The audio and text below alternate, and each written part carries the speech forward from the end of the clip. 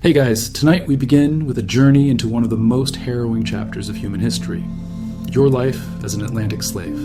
We will explore the unimaginable resilience, the profound loss, and the enduring spirit of those who survived the brutal transatlantic slave trade, revealing a story of a stolen past and an indomitable will to exist against all odds.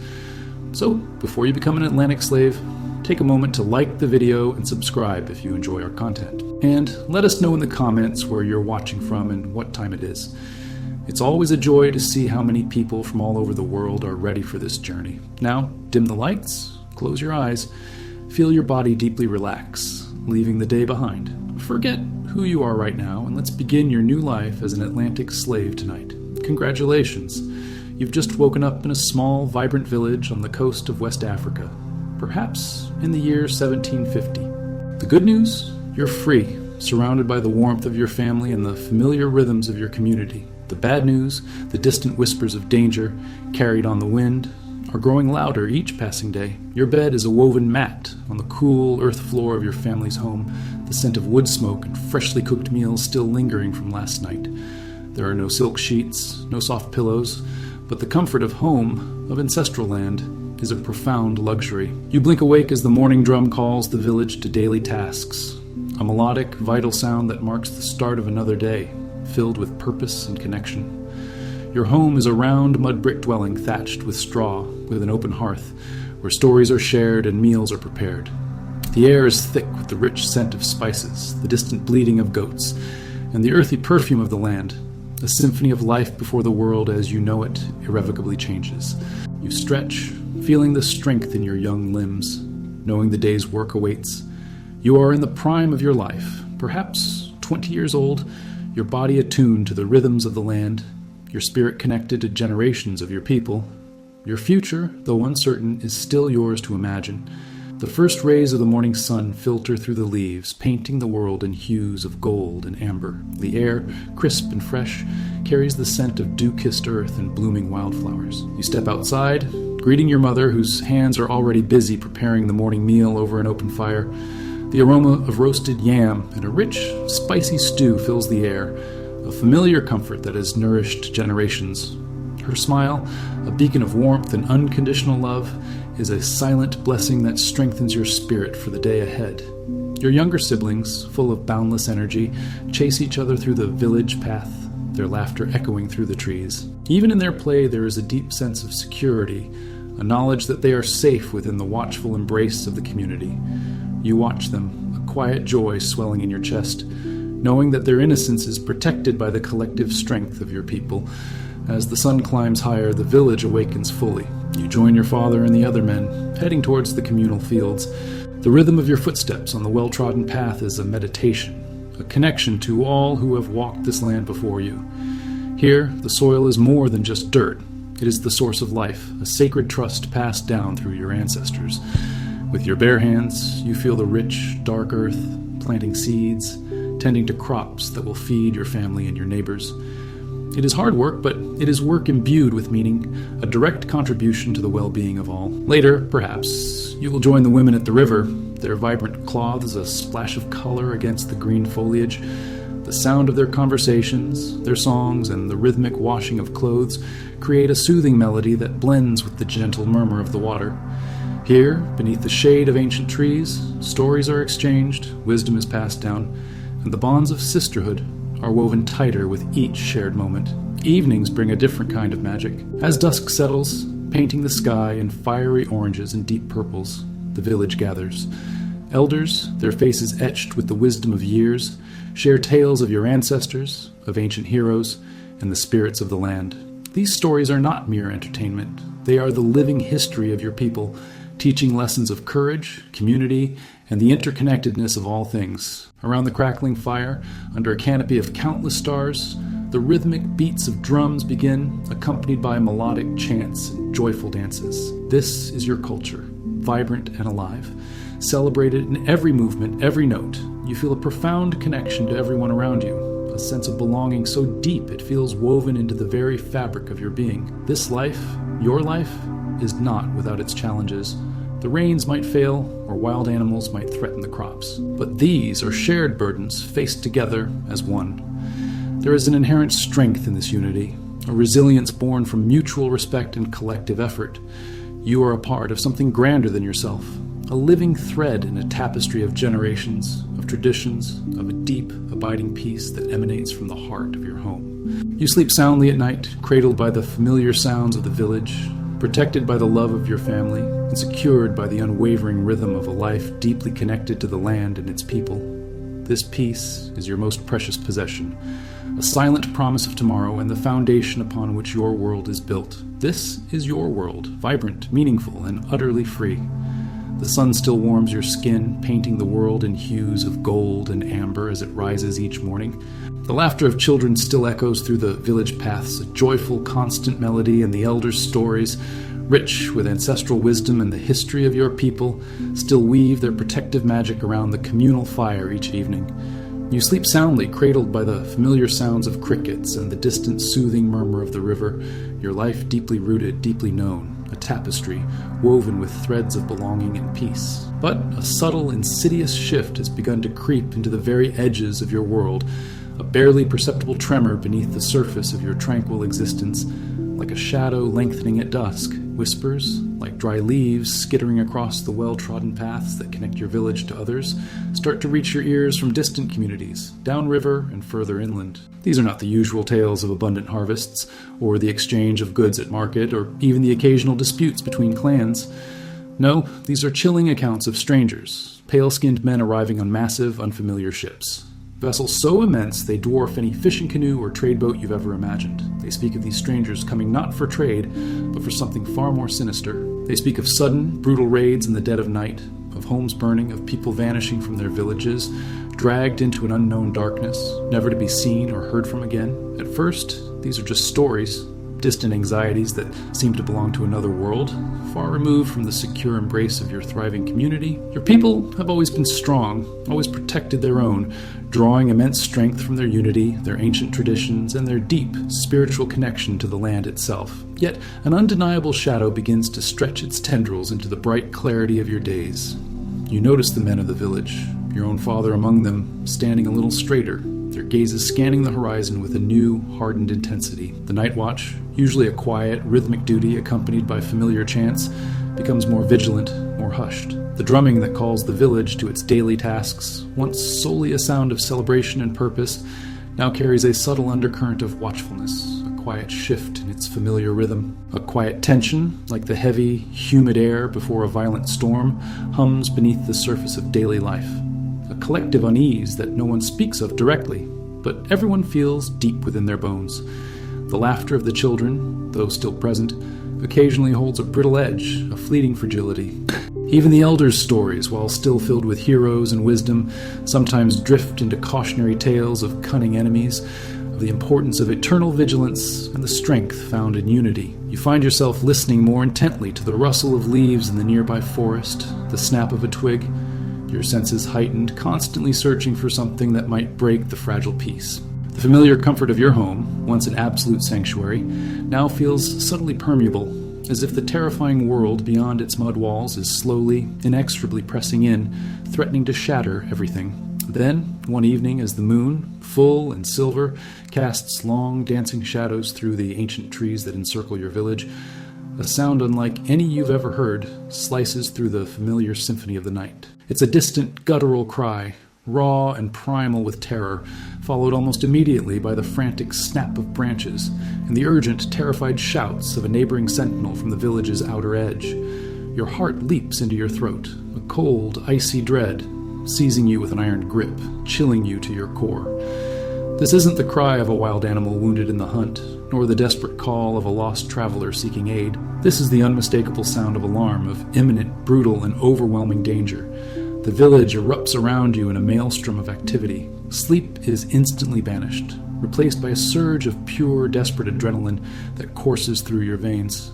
Women gather their children, pulling them close, their faces etched with a fear that mirrors your own, their movements swift and desperate. Men, your father among them, grab their polished spears, their faces grim and determined, their movements precise, ready to defend their homes, their families, their very way of life. The air fills with panicked shouts, the thud of running feet, and then the the terrifying alien roar of firearms, a sound that tears through the familiar fabric of your peaceful night, utterly unlike anything from your world, a sound of violence and destruction you never knew existed. Smoke, thick and acrid, begins to drift through the huts, mingled with the sickening scent of burning thatch as homes ignite. Fear, sharp and primal, floods your senses, numbing you for a fleeting moment, making your mind race and yet feel strangely distant. This isn't a fight you've trained for, not against a familiar enemy, a rival clan. This is pure, unadulterated chaos, a monstrous force descending upon you. You move on instinct, your mind a blur of desperate commands grabbing a younger sibling's hand, pulling them close, urging them to run towards the deeper forest, towards any hope of escape, any sliver of survival. But the invaders are swift, brutal, and terrifyingly organized. They pour into the village from multiple directions, a relentless wave of violence that consumes everything in its path, extinguishing lives and hope with chilling efficiency. Figures in strange, heavy clothing, their faces hardened and merciless, move with ruthless efficiency, their voices loud and unintelligible. The familiar sounds of your village are replaced by desperate screams, by the sickening clash of unfamiliar metal weapons against your people's wooden spears, by the guttural shouts of the attackers, and the haunting final thud of blows as your people fall. You see your neighbors, your friends, fighting with a fierce, heartbreaking desperation, their courage immense, but they are overwhelmed, outnumbered, outmatched by an unseen power. The bonds of community, once your greatest strength, your impenetrable shield, are now the very ties being violently torn apart, one by one, person by person. In the swirling confusion, amid the smoke and the screams that echo in the night, you are suddenly, violently separated from your family, from the hand you were desperately holding, from everything you know and hold dear.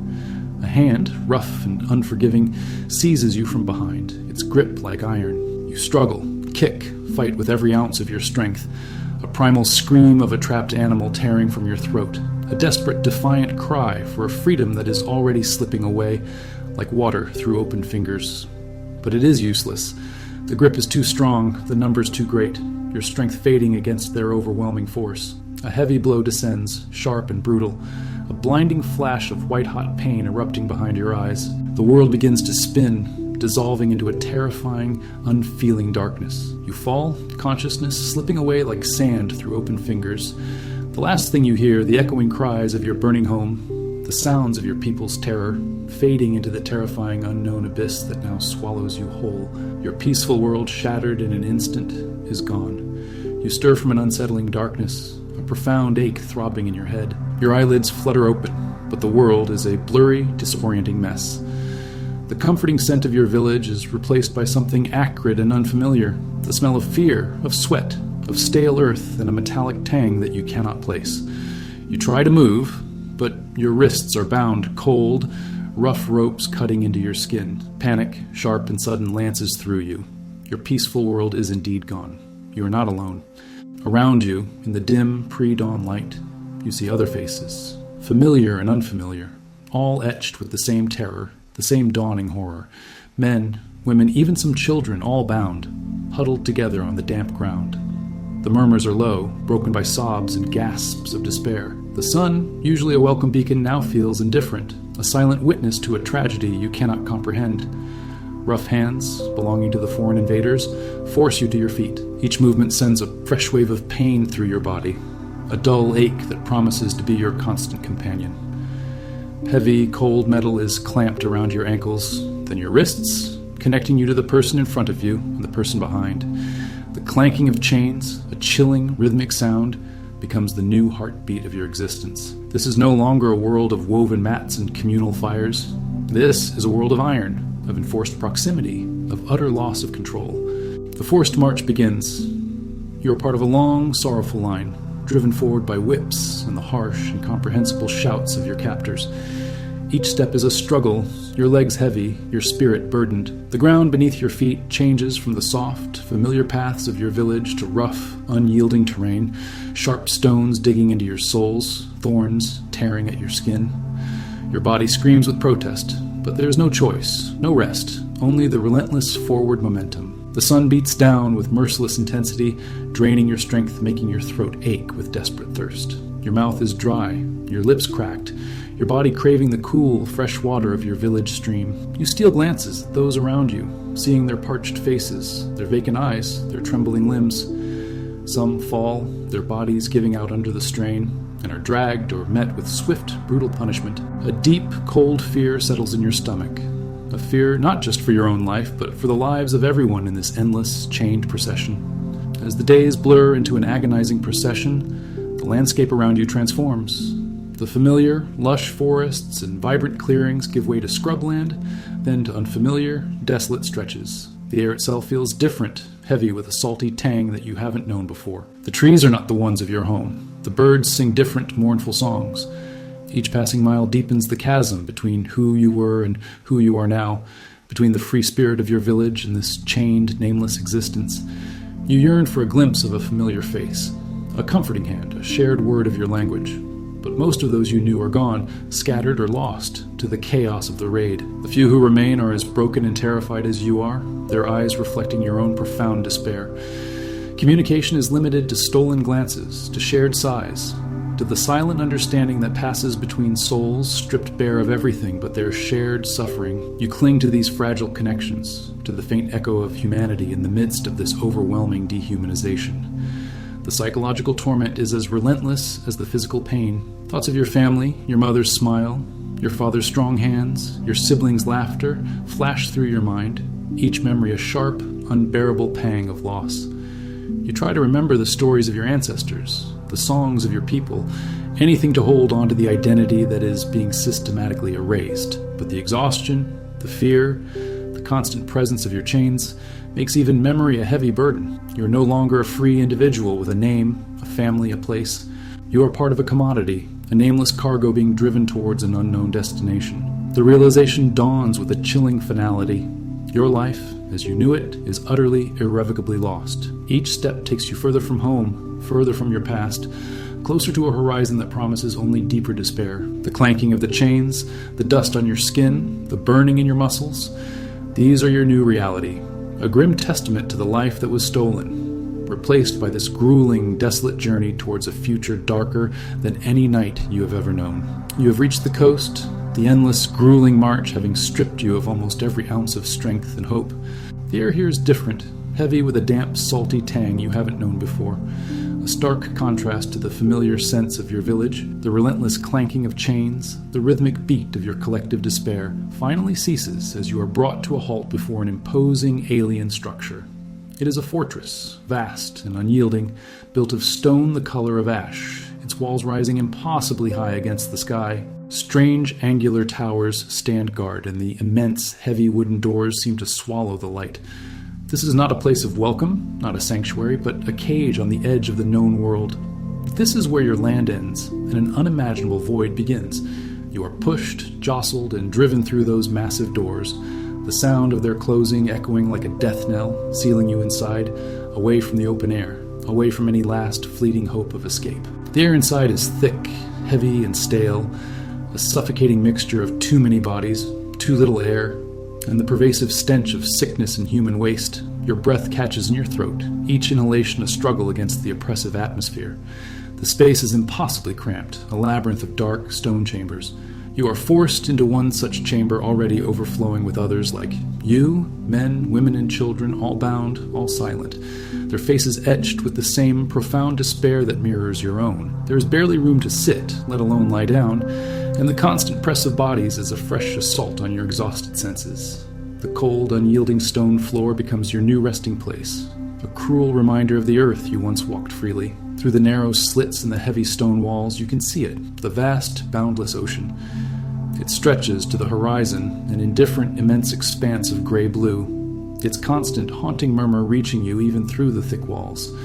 The sound is a lullaby of loss, a ceaseless reminder of the chasm that now separates you from everything you once were. You gaze out at it, a profound and terrifying unknown, realizing that this endless water is not a path to your home, but a barrier, a final, insurmountable separation. This is the ocean your captors call the Atlantic, a name that means nothing to you, yet its presence now dictates your every breath, your every moment of profound dread. Days turn into an agonizing blur within the stone confines of the fort. There is no rhythm here, no purpose, only waiting. Waiting for what? You do not know, but the anticipation is a torment worse than any physical pain. The constant misery of those around you becomes a part of you.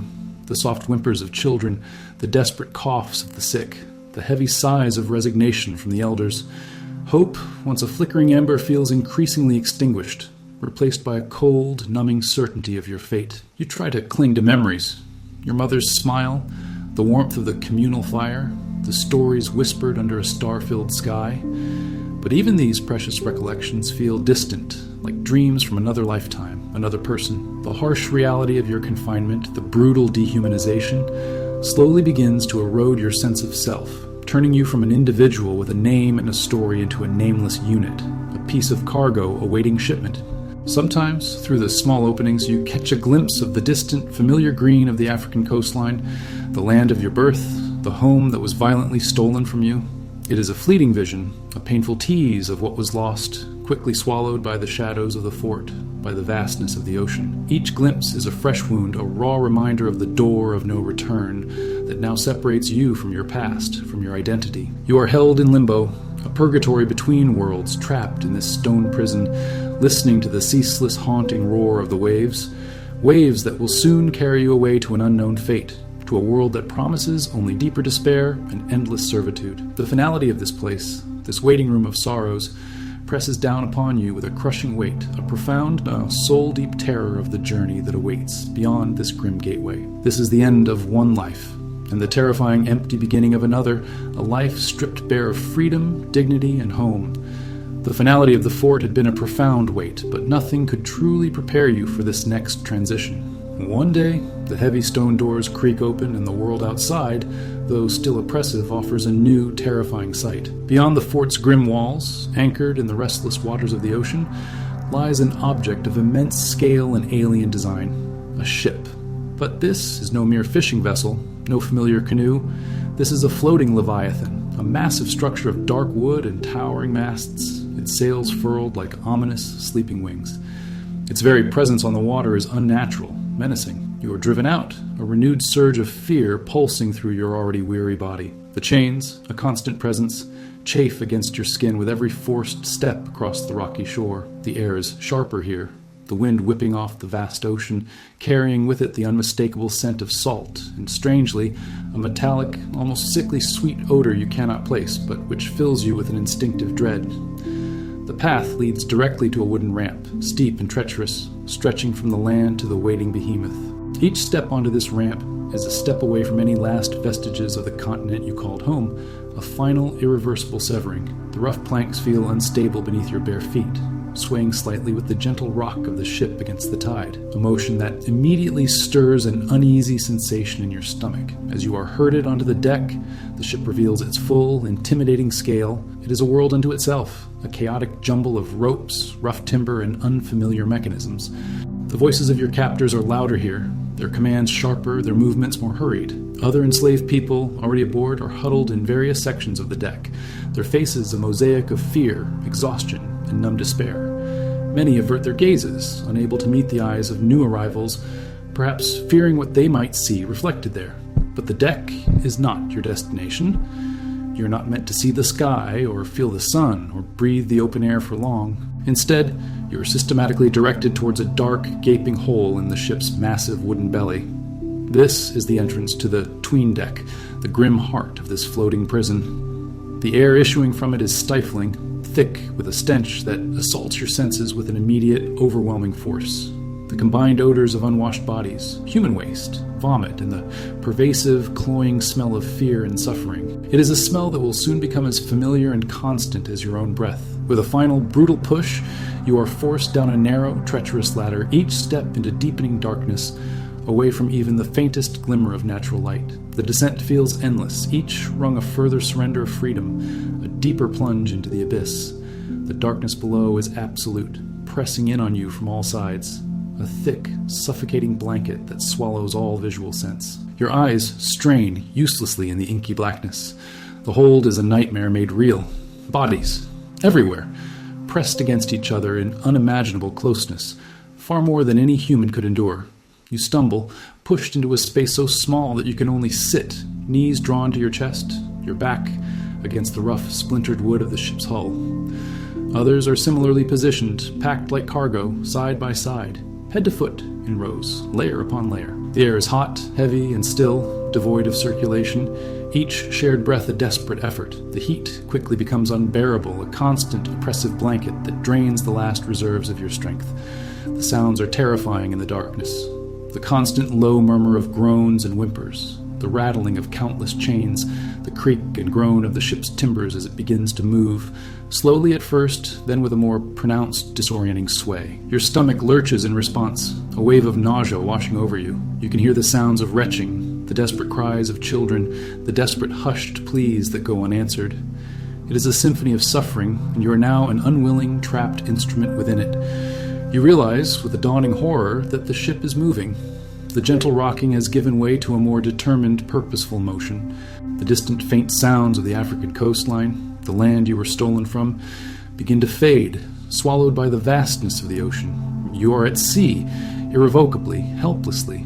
The journey has truly begun, and with it, the terrifying understanding that the depths of your despair have only just begun to reveal themselves. This is the middle passage, the 'tween deck, and you are trapped within its dark, suffocating embrace, carried by a force you cannot comprehend towards a fate you can only dread. The ship continues its relentless journey, a colossal beast consumed by the vast, indifferent ocean. Below deck, in the suffocating darkness of the 'tween deck, the first terrifying hours bleed into days, and the days stretch into an agonizing, endless blur. The initial shock of being aboard this monstrous vessel slowly gives way to a deeper, more profound dread.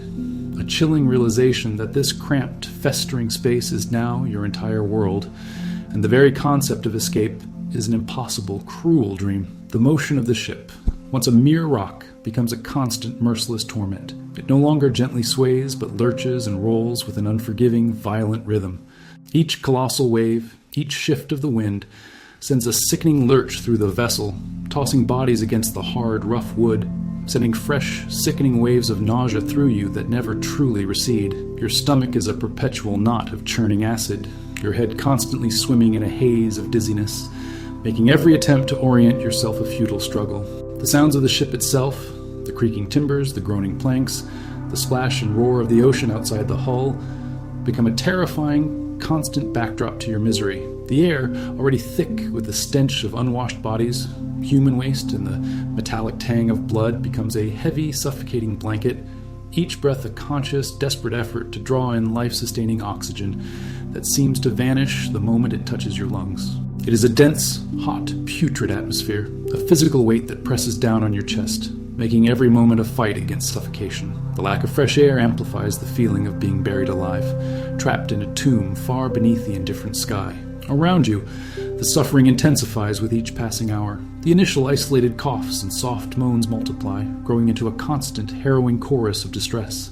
Disease, a silent, invisible enemy, spreads with terrifying speed through the packed, weakened bodies. The feverish shivers of countless sick individuals, the burning heat of their skin pressed against yours, the weakening of even the strongest among you. These are the new, terrifying realities. You hear the desperate, ragged breaths of those succumbing, the weak pleas for water that go unanswered, the final, shuddering gasps of life leaving a body. The constant presence of death, a cold, unwelcome guest, becomes another brutal layer of the psychological torment, a chilling reminder of your own precarious existence, of the thin veil separating you from utter oblivion. Each morning, the ritual of removing the dead brings a brief, brutal glimpse of the deck, but also a fresh wave of despair for those lost, and for the stark reminder of your own inescapable fate. Thirst, a burning, gnawing agony, grips you without mercy, a relentless fire from within. Your mouth is perpetually dry, your tongue thick and swollen, your throat raw and aching. Every sip of the meager, brackish water offered is a precious, fleeting moment of relief, quickly swallowed by the overwhelming, consuming need. You dream of clear, cool water from your village stream, the memory a torturous phantom in this parched, dark world, a cruel contrast to the salty air and foul water that barely sustains you. This unyielding fire of thirst slowly consumes your remaining strength, blurring the edges of your sanity, making coherent thought a luxury you can no longer afford. The psychological torment is a suffocating, unrelenting weight. You are utterly helpless, stripped of all agency, of all control over your own body, your own fate. Every decision, every movement is dictated by your unseen captors above. The darkness is a relentless, oppressive presence, distorting time, making one moment indistinguishable from the next. You close your eyes, but there is no difference, only the inky blackness, filled with the sounds of misery, the rattling of chains, and the lurching of the ship. Memories of your past life, of sunlight on your skin, of open spaces, of laughter and freedom become increasingly faint, like dying embers in a violent storm. You fight to hold on to them, to cling to the person you once were, but the struggle is exhausting, draining, a battle against the erasure of your very self. In this claustrophobic hell, the struggle for even the smallest advantage becomes a desperate, primal instinct. A few inches of space, a slightly less crowded position, a breath of air that feels marginally fresher. These are the desperate, fleeting victories. You see others around you, once proud and strong, now reduced to silent, desperate figures, their eyes wide with fear and despair, mirroring your own profound anguish. There are no words needed to understand the immense, shared suffering, only the stolen glances, the silent acknowledgments of shared misery, the faint brush of skin that briefly connects you to another human being, amidst this overwhelming dehumanization. Each day that passes is a testament to an unimaginable will to survive, a fierce, burning defiance against the overwhelming odds, even as despair threatens to consume all. The constant clatter of chains, the inescapable cold of the metal, only reinforces the horrifying truth of your captivity. The ship, this floating tomb, continues its inexorable path across the ocean. Above, the vast sea stretches, indifferent to the lives crammed below its decks, carrying its human cargo further and further from home, deeper and deeper into a horrifying unknown future. Your body aches with a persistent, profound weariness. Your mind struggles against the encroaching madness, but something deep within you, a flicker of an instinct, still fights for the right to simply exist, to endure this relentless torment for another breath, another moment against all hope. The days blur into weeks, each one a repetition of the last, a cycle of suffering that seems without end. The rhythm of the ship, once alien, now feels deeply ingrained in your very bones, a horrifying, inescapable pulse. The endless, suffocating darkness is your new reality, a constant, unblinking presence that has swallowed the very concept of day and night. The sun, moon, and stars are distant, forgotten memories, replaced by the inky blackness that presses in on you, a physical weight on your eyes even when they are closed. Time, once marked by the rising and setting of the sun, by the rhythm of village life, has utterly ceased to exist. Days bleed into weeks, an indistinguishable blur of suffering and confinement, each moment identical to the last, stretching into an eternity of despair. You exist in a timeless void, adrift not just on the ocean, but within the very fabric of time itself. The air you breathe is no longer air, but a thick, putrid miasma. The stench has become so pervasive, so deeply ingrained, that it feels like it has seeped into your very bones, a constant, nauseating companion. It is the inescapable odor of unwashed bodies, of sickness, of vomit and blood, of human waste, and the lingering metallic tang of decay. Each shallow breath you take is a forced inhalation of this foul, heavy atmosphere, a constant assault on your most basic sense, making it difficult to discern where the stench ends and your own being begins. It clings to your skin, to your hair, to your clothes, a constant, humiliating reminder of your dehumanization, of the unspeakable conditions you are forced to endure. In this profound darkness, your other senses are painfully heightened, yet offer only more torment. The sounds are a relentless symphony of misery, the constant low moans and whimpers of the suffering, the desperate rattling coughs, the soft cries of children, endlessly calling for mothers who cannot answer. You hear the creak and groan of the ship's ancient timbers, a living, breathing entity of sorrow beneath your feet, protesting its heavy burden. The constant sloshing sound of the waves, far above, is a mocking lullaby, a sound of vast, open freedom that is cruelly denied to you. And always, the chilling, rhythmic clank of chains, a metallic heartbeat of your captivity, a constant reminder of the bonds that hold you captive, linking you to the suffering mass around you. The psychological impact of this prolonged confinement and sensory deprivation is a torment unlike any other. Your mind, once filled with vibrant memories of home, of laughter and light, now struggles against the encroaching emptiness. Thoughts become sluggish, heavy, as if the darkness has seeped into your very consciousness. You fight to hold on to fragments of your past, to the faces of your loved ones, to the songs and stories of your people. But even these precious memories are under attack, fading in the relentless blackness, becoming more like faint echoes from a dream than solid recollections. The constant lurching of the ship, the endless darkness, the pervasive stench, all conspire to strip away your identity, to blur the lines between reality and nightmare. Hope, once a resilient flicker even in the fort, now feels like a dying ember. It is a terrifying, lonely battle to retain your sanity, to prevent your spirit from utterly surrendering to the overwhelming despair. The vastness of the ocean above you, though unseen, feels like an oppressive, indifferent deity, carrying you further and further into an unknown abyss.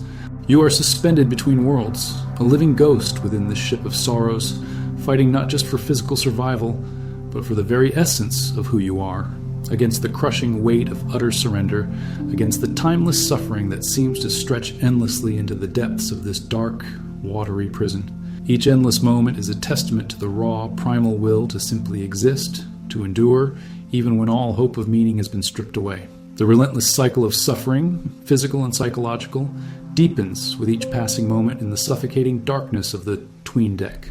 Your body, a vessel of aches and pains, has become accustomed to the constant lurch of the ship, to the burning thirst, to the pervasive stench that has become the very air you breathe.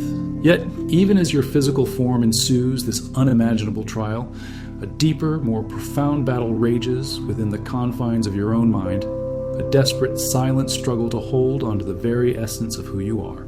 In this timeless abyss, where the outside world has ceased to exist, your thoughts become your sanctuary and your tormentor.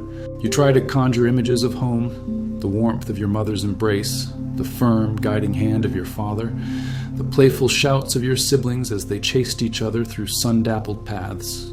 You grasp at the memory of the vibrant colors of the market, the intricate patterns of the fabrics woven by your people, the melodious rhythm of the drums at evening gatherings. These are not just memories, they are anchors, fragile threads, connecting you to a life that feels impossibly distant, a dream from another existence.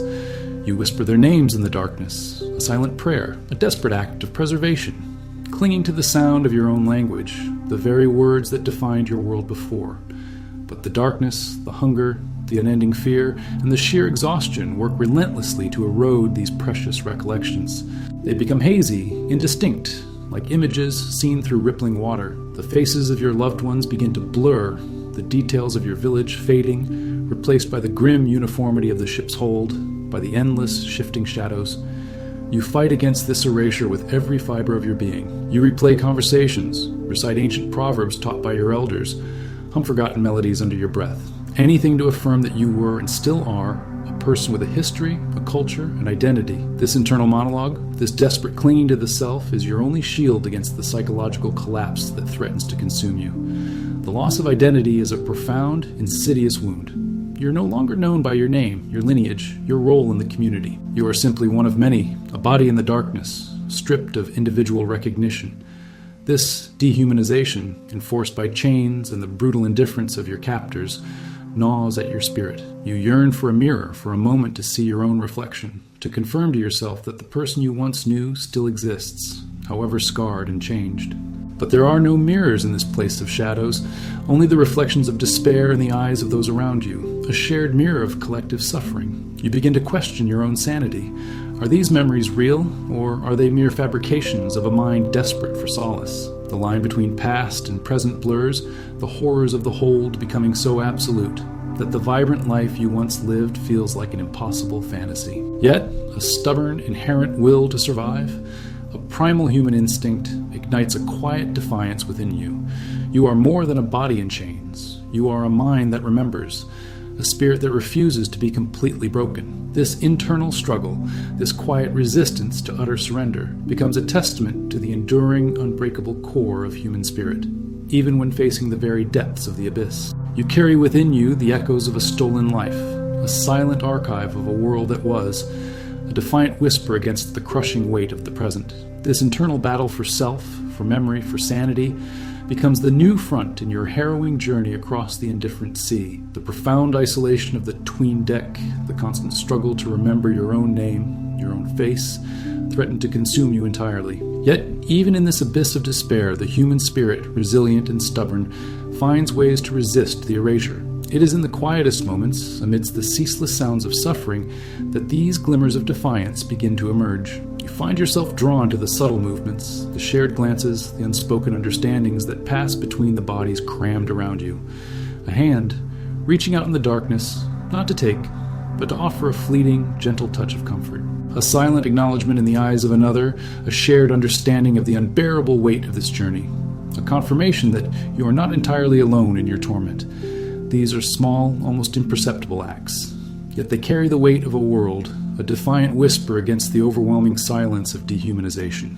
Sometimes, in the deepest hours of the night, when the sounds of the ship creaking and the waves crashing are at their most insistent, a faint, almost inaudible hum begins. It is a melody, ancient and familiar, a song from your homeland, whispered by a woman beside you, her voice a fragile thread against the vastness of the ocean.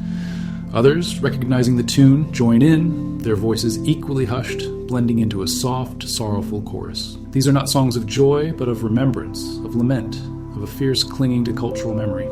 Each note, each remembered word is an act of resistance, a refusal to let the culture, the history, the very essence of your people be extinguished in this dark hold. You join them, your own voice, a raw, broken whisper, finding a momentary solace in this shared act of remembrance, a fragile connection that transcends the physical chains. Stories are also shared, not in loud pronouncements, but in fragments, exchanged in the brief, agonizing moments when you might find yourself momentarily unchained to move or breathe on the deck. Quick, furtive words about home, about family, about traditions. These are precious moments, snatched from the jaws of despair, where the past is briefly brought back to life, where the identity that is being stolen is momentarily affirmed. A shared memory, a recognized custom, a knowing nod, these create a fragile web of solidarity, a community forged in the crucible of shared suffering. You learn of others' villages, of their families, their dreams, and in doing so, you are reminded of your own, reaffirming your humanity. The raw fight for survival itself becomes an act of defiance. To simply breathe, to endure another day, to hold on to a flicker of hope, however faint, is a powerful statement against the forces that seek to break you. It is in the desperate, shared efforts to stay alive, to share a meager sip of water, to offer a small piece of food, to provide a moment of physical support to a weakened companion, that the unbreakable spirit of humanity shines through. These are not grand gestures of rebellion, but quiet, profound acts of will, affirming the sanctity of life and the inherent value of each individual, even when that value is brutally denied by your captors. You realize that, while your body is chained, your spirit, however bruised and battered, remains untamed. The determination to survive, to witness, to remember, becomes a silent promise to those who have been lost, and to the generations yet to come. This shared suffering, paradoxically, forges a bond unlike any other, creating a silent pact among the enslaved to endure, to resist, to remember, and to carry the torch of humanity through the seemingly endless night of the Middle Passage. This fragile, fierce connection becomes a beacon in the overwhelming darkness, a testament to the enduring power of the human heart, even in the heart of unimaginable horror. The knowledge that others, too, are fighting, remembering, and refusing to break offers a profound, if melancholic, comfort. It is a small, quiet, but unyielding flame in the deepest abyss of despair. The endless, oppressive darkness of the ship's hold had become a universe unto itself, a suffocating world where time lost all meaning and hope was a distant, flickering memory. Yet, even in that profound abyss, a subtle change, almost imperceptible at first, began to stir the stagnant air. It was a shift in the very rhythm of the ship, a different cadence to its lurching, a faint alteration in the constant roar of the ocean above. Something was different. Slowly, gradually, a new sensation began to permeate the 'tween deck. The constant, disorienting roll of the vessel, while still present, seemed to diminish in its extremity. The violent pitches and troughs became less frequent, replaced by a steadier, albeit still heavy, sway. The sounds, too, began to subtly change. The furious crash of open waves, the seemingly boundless expanse of the sea started to recede, replaced by a fainter, more muffled roar, as if the ship were entering calmer, more sheltered waters. A strange, unfamiliar scent, subtle and earthy, began to mingle with the pervasive stench of the hold, a hint of vegetation, of land, carried on a breeze that felt infinitesimally less stale than before. Then, one day, a whisper spread through the desperate huddled masses in the hold, passed from one body to the next, a fragile thread of communication forged in the crucible of shared suffering. Land. The word was barely audible, a soft, reverent exhalation of breath, yet it carried an immense, almost unbearable weight. Land. The concept was so distant, so abstract, after weeks, perhaps months, of endless ocean, that it felt like a dream, a cruel illusion concocted by a mind on the brink of collapse. Yet the whispers persisted, growing in their quiet certainty. You hear the sounds of activity above deck, sharper, more purposeful than before. The heavy thud of footsteps, the shouted commands in the unfamiliar language of your captors, the creak of ropes being tightened. There's a palpable shift in the air, a collective, silent tension among the enslaved. A fragile, terrifying mix of emotions begins to stir within you. The overwhelming emotion at first is a profound, almost incapacitating relief. The thought of leaving this floating tomb, this relentless machine of misery, is a powerful balm to your battered spirit. To step onto solid ground, to feel the earth beneath your feet again, to breathe air that is not saturated with the stench of death and despair, these are desires so fundamental, so primal, that they eclipse all other thoughts for a fleeting moment. A desperate, fragile hope, like a tiny green shoot pushing through parched earth, tentatively unfurls within your chest. The ceaseless motion, the pervasive sickness, the constant darkness, the physical agony, the idea that these torments might soon end is a powerful, almost intoxicating thought. But this relief is immediately, brutally tempered by a fresh wave of dread. What land? What new world awaits you? The continent you are approaching is not your home, not the familiar, life-giving earth of your ancestors. It is an alien place, a blank canvas onto which your future will be painted with the grim brushstrokes of your captors. The unknown, once a source of gentle curiosity in your free life, is now a terrifying, all-consuming void. You begin to visualize the disembarkation, the process that will follow. Will it be another march? More chains? What new forms of degradation await you? The terror of the Middle Passage, though immense, was a known horror. The suffering within the ship, while unimaginable, had become a grim familiarity. Now, that familiarity is being stripped away, replaced by a future utterly devoid of any pretense of control, any semblance of understanding. The vague, chilling concept of New World dances at the edges of your fractured consciousness, promising only deeper despair and endless servitude.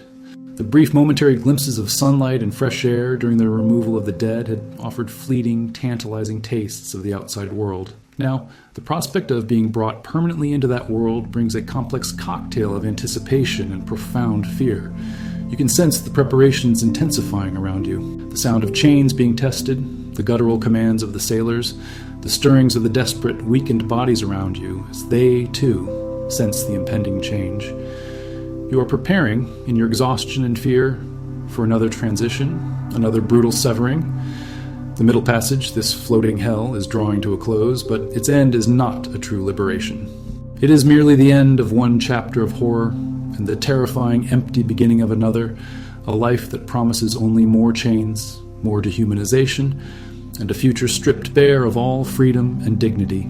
The vast, indifferent ocean has carried you across an insurmountable barrier, delivering you into an existence darker than any night you have ever known, to a land where you will be utterly alone, with only the echoes of a stolen past to cling to. Your journey continues, from the belly of the ship to the unforgiving shores of a cruel new world.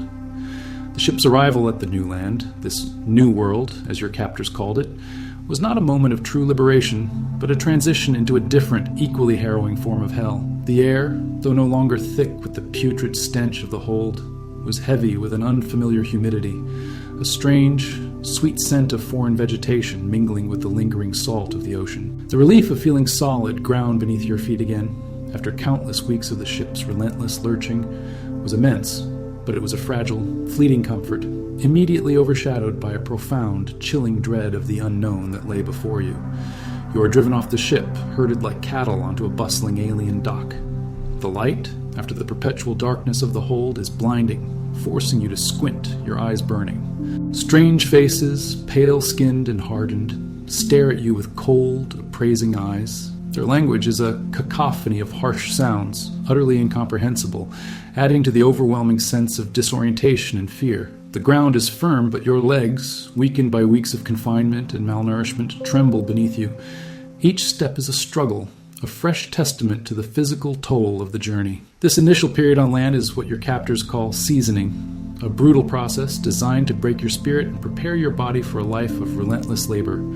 You are led to rudimentary camps, often in harsh, unsheltered conditions, where you are forced to endure new forms of deprivation. The food, though perhaps more plentiful than on the ship, is still unfamiliar and often insufficient. Your body, already ravaged by disease from the Middle Passage, struggles to adapt to the new climate, the strange foods, the different illnesses that now attack you. Many around you succumb, their bodies too weak, their spirits too broken to survive this next cruel phase. You witness their quiet deaths, another layer of loss and despair settling over you, a constant reminder of your own precarious existence. The days are filled with relentless, arduous tasks designed to test your endurance, to teach you obedience through pain and exhaustion. You are forced to clear land, to carry heavy loads, to perform tasks you do not understand, under the constant threat of whips and the harsh shouts of overseers. There is no gentleness, no respite, only the unrelenting demand for labor, for submission. Your muscles ache with a profound, unceasing weariness. Your skin burns under the unfamiliar sun.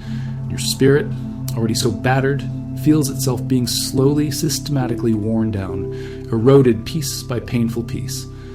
This is not life. It is a grim, forced existence, a cruel mockery of the freedom you once knew. Then comes the day for the inspections. You are lined up, along with others, in a public square. The air is thick with anticipation, with the murmur of strange voices and the metallic clank of new chains. Your captors, with an utter lack of human regard, begin to examine you, and those around you, as if you were livestock. They prod and poke, open mouths to check teeth, feel muscles, turn you around, assessing your physical condition with cold, calculating eyes. Your body, once your own, a vessel for your spirit, your family, your community, is now reduced to a mere commodity, an object to be evaluated, its value measured purely by its potential for labor. The humiliation is profound, a searing wound to your dignity, a visceral assault on your sense of self. You try to avert your gaze, to retreat into the deepest corners of your mind, but there is no escape from this public spectacle of dehumanization. Your eyes meet those of others beside you, and in their depths you see the same shame, the same despair, the same burning rage. The auction block itself stands as a stark, wooden altar to human cruelty. It is a raised platform, a stage for the brutal spectacle that is about to unfold. Around it gather crowds of people, mostly pale-skinned men in heavy, unfamiliar clothing, their faces a mixture of curiosity, indifference, and a calculating avarice. Their voices are loud, their laughter jarring, their conversations centered on the merits and flaws of the human beings on display. The very air pulses with a chilling sense of commerce, of human lives reduced to mere transactions, bought and sold like any other property. You are forced onto the platform, your body trembling, your heart pounding with a terror that eclipses even the horrors of the Middle Passage. This is the final severing, the moment when any last thread of your past, of your identity, is brutally, publicly torn away.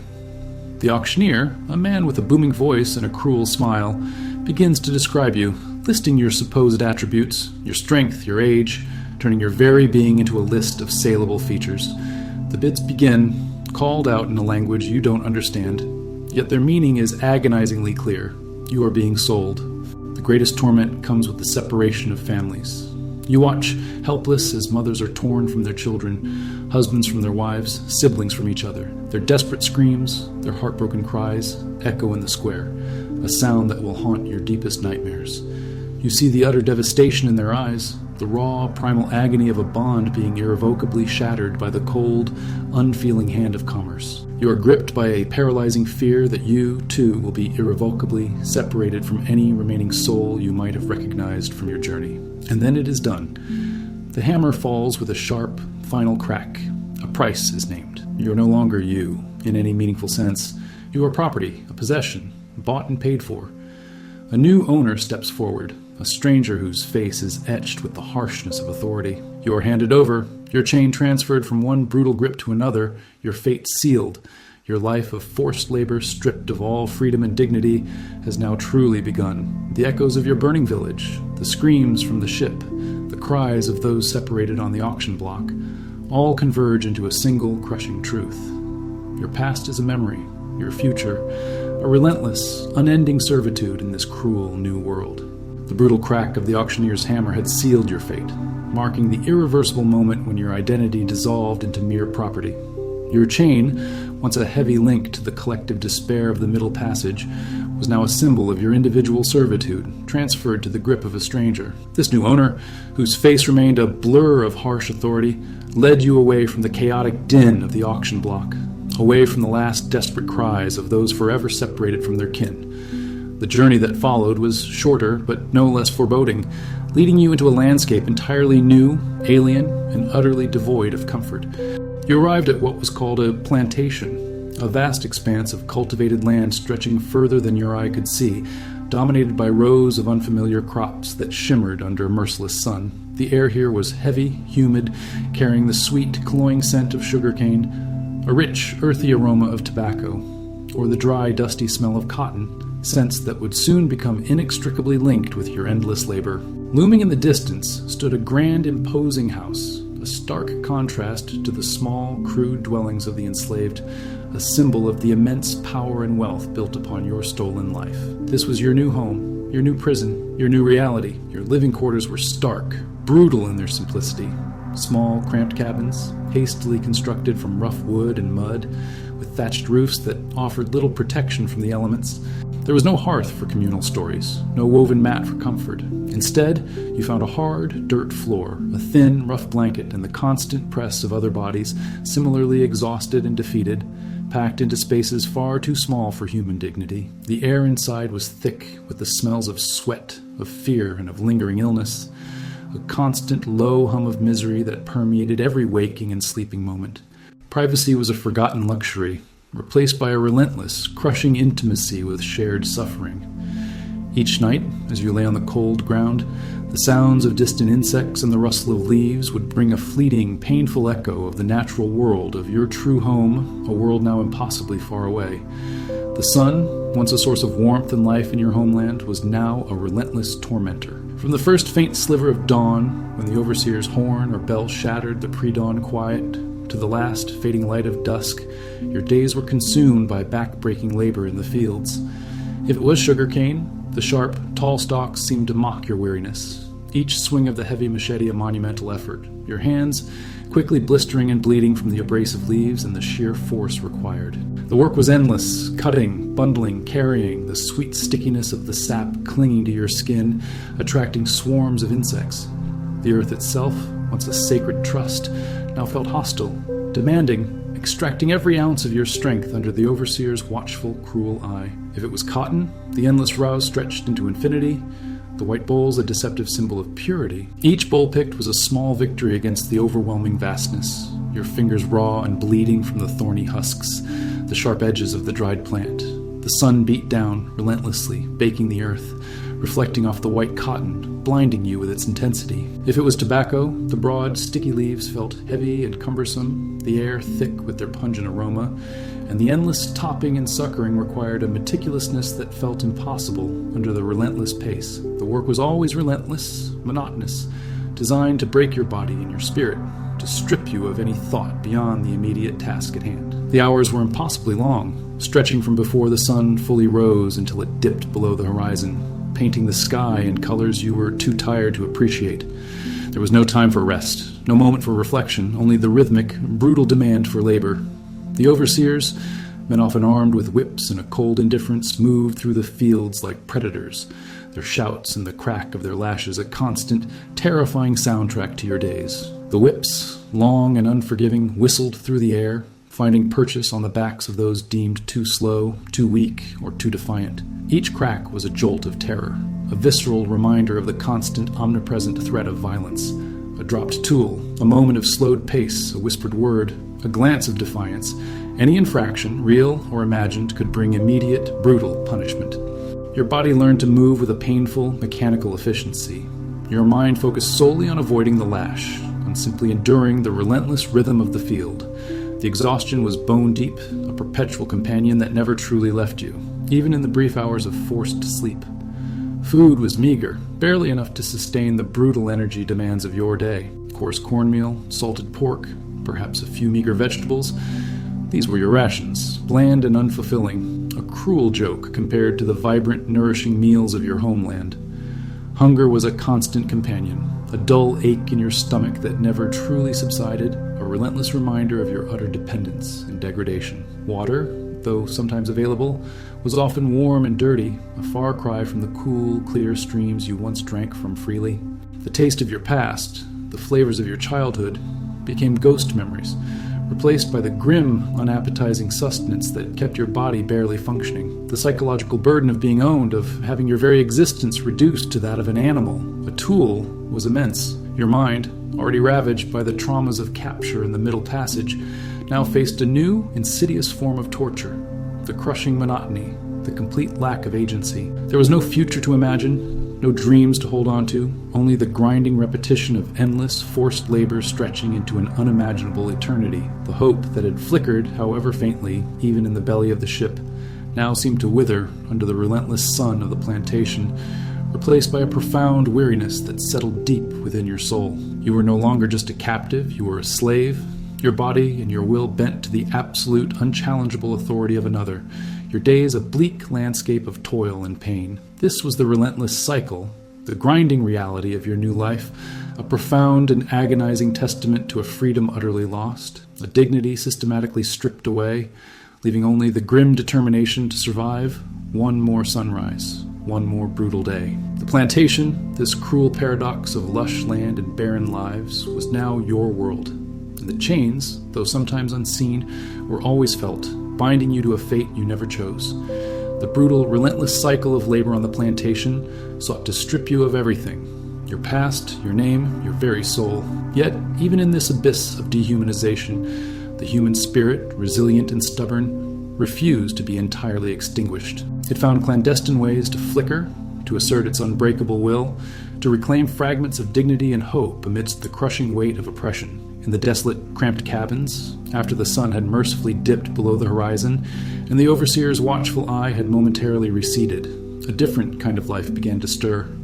Here, amidst the shared weariness and the lingering scent of the day's toil, new families were quietly, fiercely formed. These were not always families of blood, for those ties had been brutally severed by the auction block, but families of shared suffering, of mutual support, of an unspoken understanding that bound souls together in a pact of survival. An elder might become a new mother, a fellow laborer, a new sibling, children adopted into the collective care of those who had nothing left to give but their compassion. These bonds, forged in the crucible of shared adversity, became a vital lifeline, a quiet defiance against the system that sought to isolate and break each individual. In the hushed whispers of the night, in the shared comfort of a lean-to, a new, fragile community took root, built on love, loyalty, and the desperate need for human connection.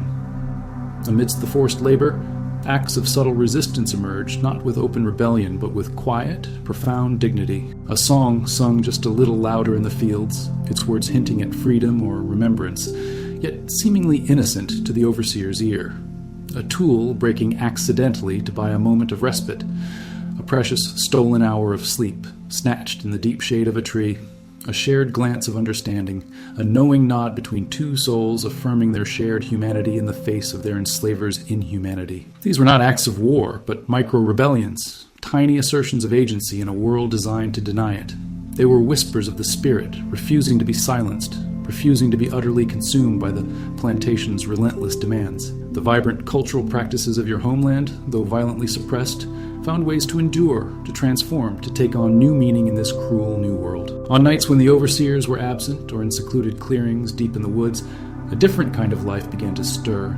Drums, fashioned from hollow logs or animal skins, would beat a familiar cadence, a secret language that spoke of home, of ancestors, of an identity that still lived within the heart. Stories, passed down through generations, were retold in hushed tones, their narratives weaving through the present suffering, connecting you to a glorious, free past. And from the depths of profound sorrow, a new form of music was born, the spirituals. These hauntingly beautiful songs, often sung during work or in secret gatherings, were filled with coded messages of hope, of resilience, of a yearning for freedom, echoing the ancient calls to the spirits of your people, transforming despair into a powerful collective prayer. These traditions, these fragments of culture, became sacred acts of preservation, fierce declarations that your heritage could not be entirely stolen. Even in the most brutal of circumstances, the search for love, connection, and spiritual solace persisted. Love, in its most profound forms, blossomed in the most unexpected places. A stolen moment between a man and a woman, a parent comforting a child with a whispered lullaby, a friend sharing a moment of quiet solidarity. These were acts of immense courage, for such connections made one vulnerable, gave the system another means to inflict pain. Yet they were pursued with a fierce, unwavering determination, for they were the purest expressions of humanity, a defiant testament to the heart's refusal to be caged. Spiritual solace was found in new interpretations of faith, blending the ancient beliefs of your ancestors with the foreign religion imposed upon you, creating a unique spiritual landscape where hope for a better future, both in this life and the next, could take root. These were moments of grace, of shared warmth, of finding a fragile peace in the eye of the storm. Your body was weary, your days consumed by ceaseless toil, but your spirit, though bruised, was not broken. The resilience of the human heart, the unwavering desire for connection, for meaning, for a whisper of hope, shone through the darkest hours.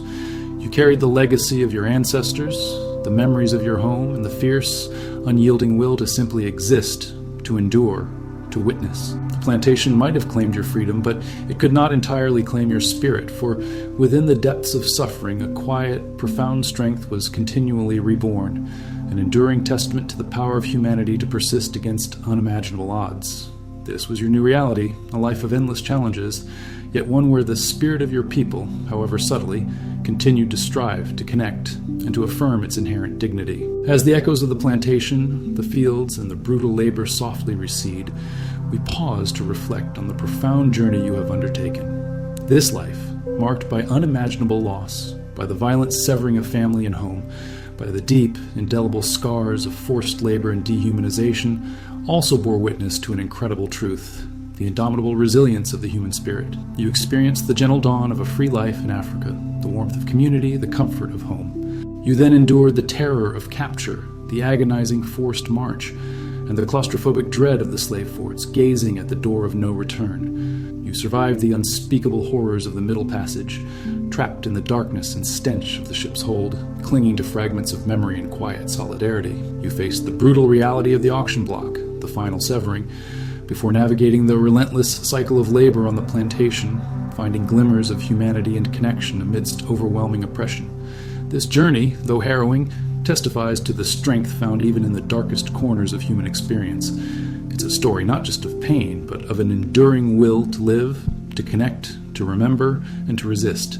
The legacy of those who endured is woven into our present, a powerful reminder of the human cost of such cruelty and the extraordinary capacity for survival. Now, as your own journey through this historical memory gently concludes, allow these profound reflections to settle.